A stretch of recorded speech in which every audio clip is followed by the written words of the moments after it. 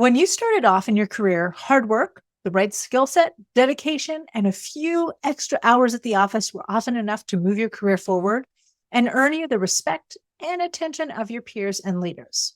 Now, fast forward 15 to 20 years into what's going to be a 40 to 50-year career, and suddenly that same formula doesn't work. But here's the problem. No one's ever told you what more you should be doing to lead and succeed effectively later in your career. Hi, my name is Dr. Alessandra Wall, and I am the founder of Noteworthy, an executive coaching firm that's dedicated to elevating, supporting, and advancing exceptional women in senior executive roles. And today, I want to share with you 3 things you must do as a senior leader to earn the trust and get the buy-in that you'll need to build impact and lead on your terms.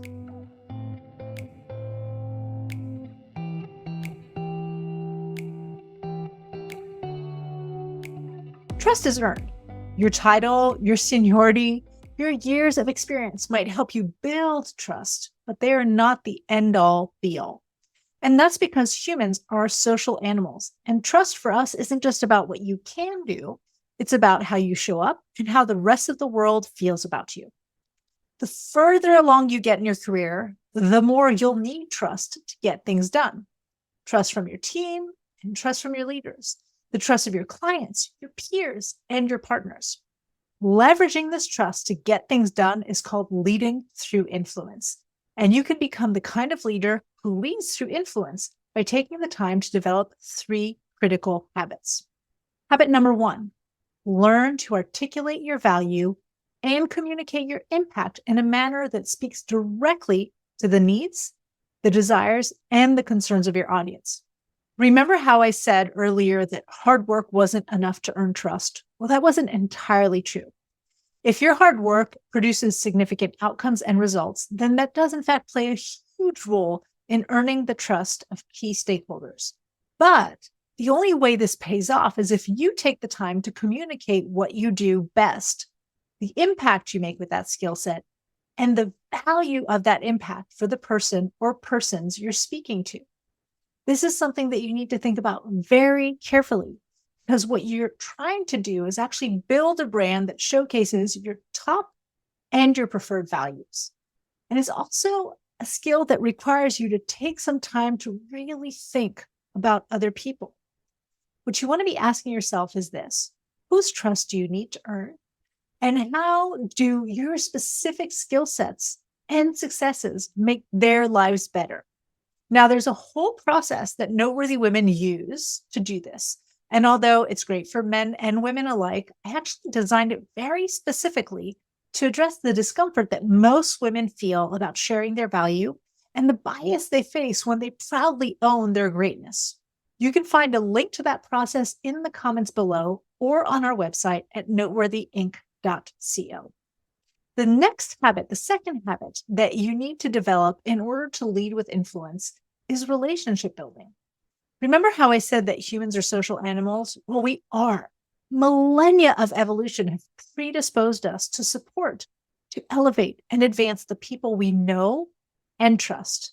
And so it's not enough to just have a huge contact list of professional connections or attend monthly networking events where you superficially connect with other people. To build this kind of relationship, you have to invest time and energy into getting to know people. You need to connect with them in person. This can be virtual or live, and check up on them in between those meetings. You have to get to know them as individuals and show that you actually give a damn. It's work, like every relationship. And like any relationship, it will pay off. Noteworthy leaders approach relationship building using a systematic process. They focus on people and relationships that are actually right for them. You don't need to waste your time with people you don't like. And they make relationship building part of their weekly development. And with this process, even the most introverted Noteworthy woman can build strong, lasting, meaningful, and fruitful relationships with their teams, with colleagues, leaders, clients, and other professionals.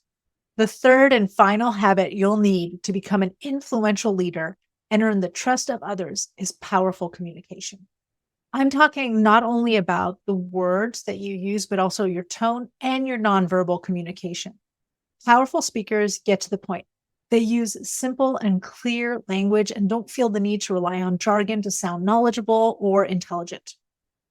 Powerful communicators use emotion and expression when they speak. They also avoid weak language patterns such as like, right, or ums in lieu of pauses. Speaking of pauses, powerful communicators use those to make a point, give their listeners time to process what they're sharing, or simply create a bit of suspense.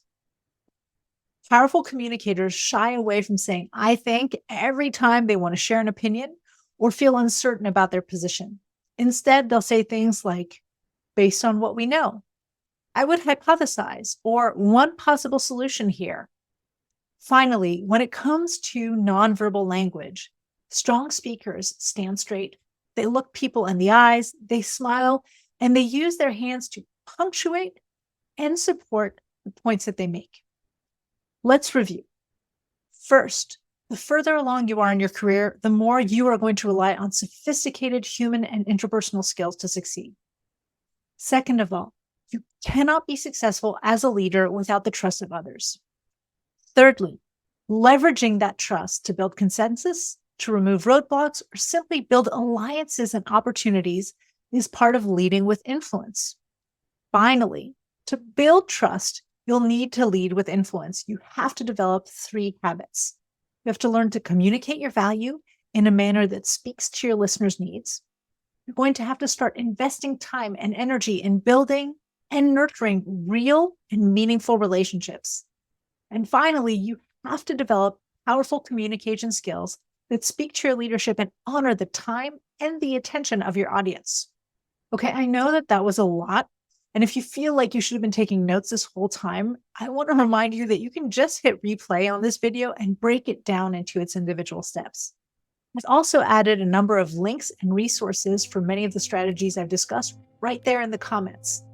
And finally, if this is something you want to learn more about, or that you'd like to bring to the leaders in your organization, or maybe something that you want to develop yourself, well, you can apply for a strategy call because I, for one, would love to meet you.